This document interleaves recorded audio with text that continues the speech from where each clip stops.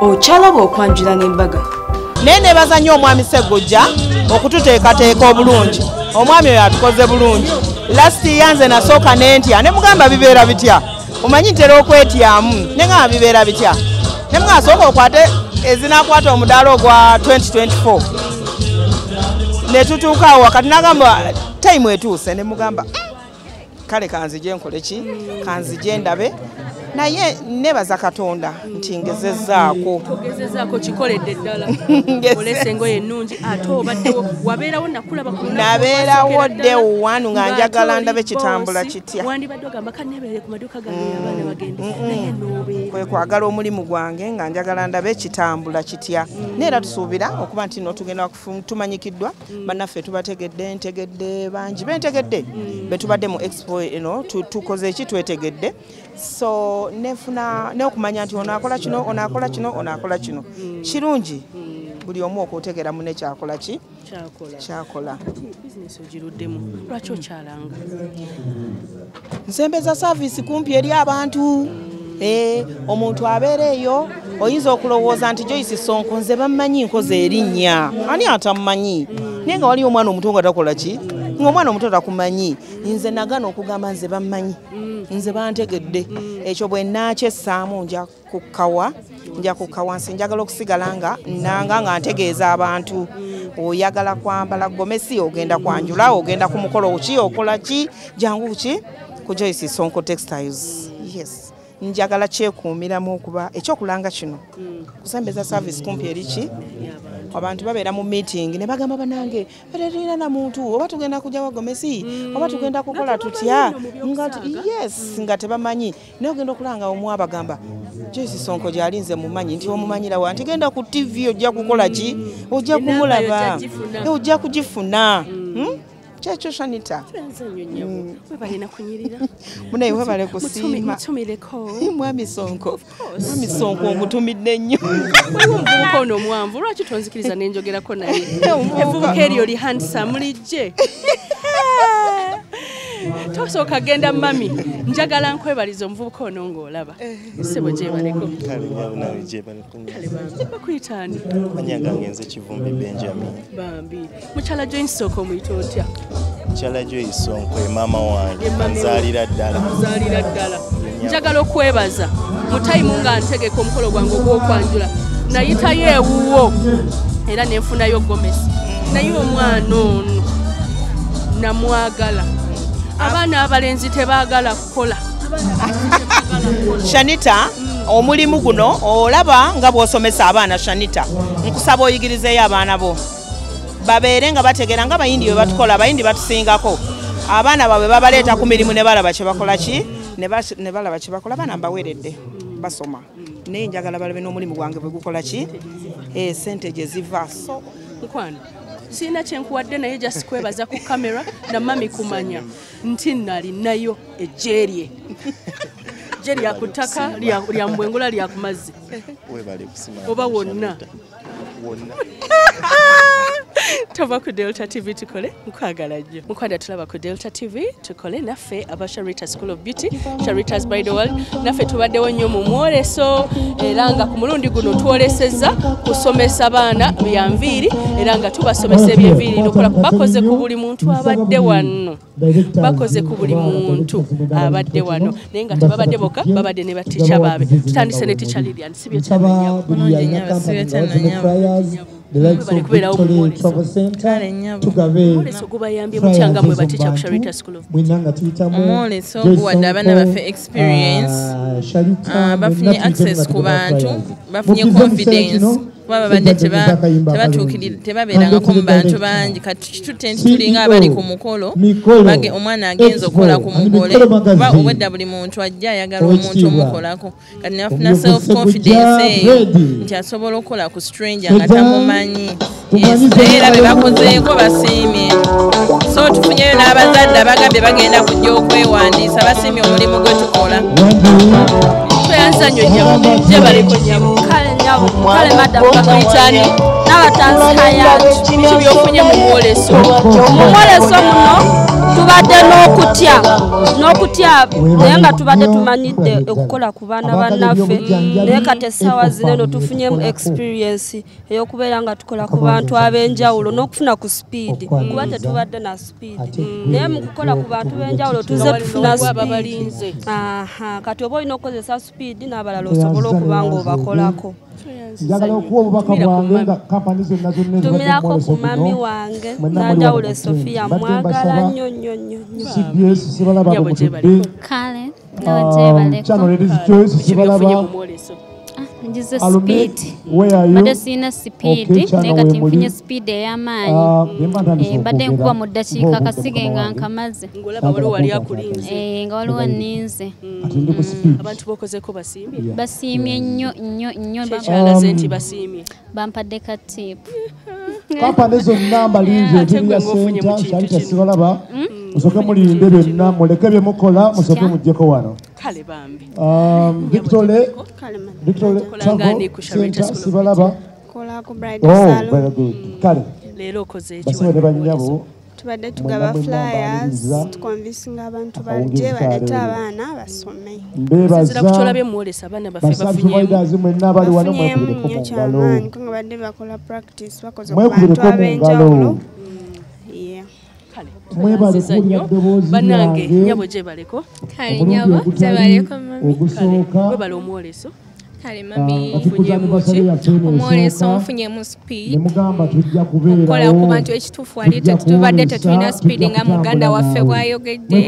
kuba wetubeera mami Sharita ffenna tuba baana be teba mukulu teba muto ffenna tubeera muki mutiri bali erimu tuyize speed bangi betukozeeko ye mami tweyanziza nnyo kale omukyalo ono gye baleko omwoleso ogufunyemu ki gufunyemu bingi nnyo like njize nnyo okukuba makeup leero nkubyeyoko omuntu omu era nansiima kale sembera wano sembera wano omwoleso abaana bo bafunyemu ki bosomesa abaana bensomesa kye basinza ofunamu bafunyemu experience kuba kati babadde nga sipiidi ntono olabye nga bongedde nga mu sipiidi olw'abantu abangi ababadde nga buli omu alina okukolako ono naakola ne kuwoli obudde buno njagala bakakasa abantu bemukozeeko basiimye abantu basiimye bulungi nnyo basiimye era abantu kye mbasaba mwongere mutuwe abaana kale twenza nnyo omukyalo ono jangu oyogereko naffe madamu asomesa abaana makeup gye baleko nnyabo kale gye baleko abaana basomesa ki basomesa makeup balazeeko abantu nti byobasomesa gyebiri ye babalagiddeko nnyo ddala kuba obwedde abamu babakolako nga babawa n'akasiimo ye nzanyo nnyabo aliwo anaayogera omulala wangi nyabo bakuyitaani bampita Sandra Kigundu Sandra webale nnyo kale ojja mwoleso ebale kusiima utambudde gutya utambudde bulungi kuba njizeemu okuba obusigo obw'enjawulo bwe mbadde simanyi mbuyize n'okusitayiringa enviiri ez'enjawulo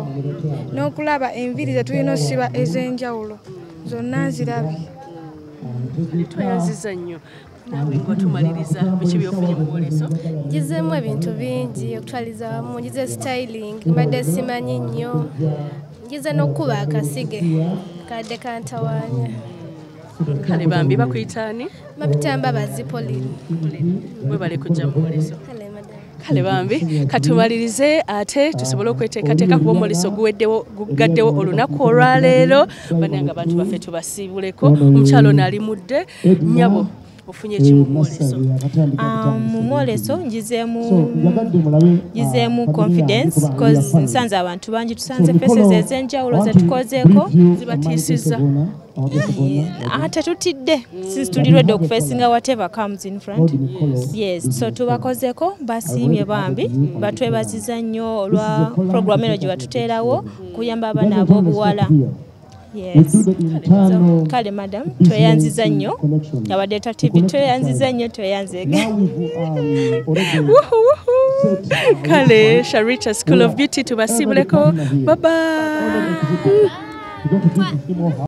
Mukwana tulaba ku Delta TV abantu abenjawulo bavuddeyo ne bajja mu Mikolo Business Expo ate abasinga ne bajja ku store ya Sharita School of Beauty ng'omukyalo ono omulungi sibye cyane First of all, I would like to thank my brother Mikolo Expo kitambulidde etya bulungi nnyo aba Sharita's Bridal basinze okunyumira abaana abambadde gomases bonna banyumye abantu oyinza bagamba otya ku mmirusi bwegiti bajejjumbire kubanga at least ojja n'ofunamu ekyokuyiga abasuubira emikolo ngaffe nojja n'obookinga ku gawuni n'ogamba I tap the blessing because the Bible says from your mouth to God is what? Ears. First of all, kale toyanza nnyo tumira ku bantu abakuli ku mutima ntumirako omwami wange nentumira mami wange nentumira jjajja wange nentumira ne basenga bange kale nyabo teyanziza nnyo nyabo gyebaleko kale nyabo naye gyebaleko kale nkulaba akanyiriro bakuyitaani nze Queen Mother mpulira yes omwoleso gutambudde gutya omwoleso gubadde mulungi era nkowola abantu next abasobodde babeere nga bajja ku Mikolo Expo mpulidde tuge mulungi ogusoose naye ati stand up ebadde etegeerekeka si kyangu okutandika ekintu n'ofuna numbers zino kyosinza okwagalamu mu Mikolo Expo kyosinza okwagala mu Mikolo Expo abantu babadde n'empisa badde bakakamu si bintu bya buvuyo si bintu bya kerere buli omu ali mu tenti ebirungi babadde welcoming boganizize bulungi abantu balese okulaga ebintu byabwe bwebuna olaba nga abantu badde bakakamu nnyo nnyo nnyo nnyo nnyo kimpadde essanyu kale nyabo toyanza nnyo tumira ku abakuli ku mutima abandi ku mutima abandi ku mutima abandi ku mutima abantu abaagala programu yange ya Save Us Soul bannange mwebale kunjagala baswiti programu yange ya Save Us Soul nange ndi munnamawulire nga ggwe nkola ku Star TV programu ya Save Us Soul taasa omwoyo abantu abalina ebalumya emitima n'ogamba nakyogerako nani baba banoonyaako ebirabo ku Star TV ku ssaawa emu ey'ekiro buli lwamukaaga tujja kwongera okugiraba inshallah saving a soul oh you know kale I have got a very small helium cylinder. Nsoke nani kubano sibyetano nnyo bulungi nyabo oya simanyi gwasinza okunyuma mu Mikolo Expo. Going to share the photo with Mr. Fred, which is going Thank you so much. bakuyitaani manya gange nze Sophia omwoleso gutambulidde gutya omwoleso actually I'm so happy it is my first time mbadde nga mbiraba ku TV naye kaakati mbaddewo live in other words thanks for the invite abatamanyi I'm the big sister of Sharita. I'm so happy we're presenting we're kola Sharita School of Beauty. Bambi, ebintu byamwe bibadde birungi. Yenyabo. Kale bambi. Sebo tusanyusa okulaba. Kale nya. Sibyetandise. Yeni nyawo sibyoti eyo. Bali kujja mu Mikolo Expo. Nzize ku mikolo gino nga nvudde walako. Oli bwe yantemezaako nenzija. Ngamba kanzije ndabe kuba ndudde emyaka mingi we nakulira wana wali emikolo. Naye kati bwe nsanze kino kinsanyusiza nnyo. Fasonizi mulimu abaana bange abazzukulu. Kati nemba nga nsanyusa nnyo okujja. Mpozi waliwo obulumiridde lumiddemu. Beerabira ab'emmere, beerabira abayimbi, ate nga bonna bakwataganira wamu. Owulidde naye katusuubire nti omwaka ogujja kijja kuba kirungi okusinga wano. Ekisinza okunsanyusa abaana abatandise emirimu bakoze bulungi nnyo okwata ku baana bannaabwe ng'ate bannaffe abalala abali waggulu bagayaliridde abaana obbawaki emirimu ne baba nga bataayaaya tebalina kyakkola abaana abawala tebalina byakkola bayiga emize egitali ki n'omwana bw'akuŋŋaanya abaana abawera nga 100 oba 2 aba ataasizza eggwanga ebizibu owulidde kale n'olwekyo nsanyusa nnyo mpozi ntumireko ntumira maama w'abaana bange Mama Sarita, Mama Sophia,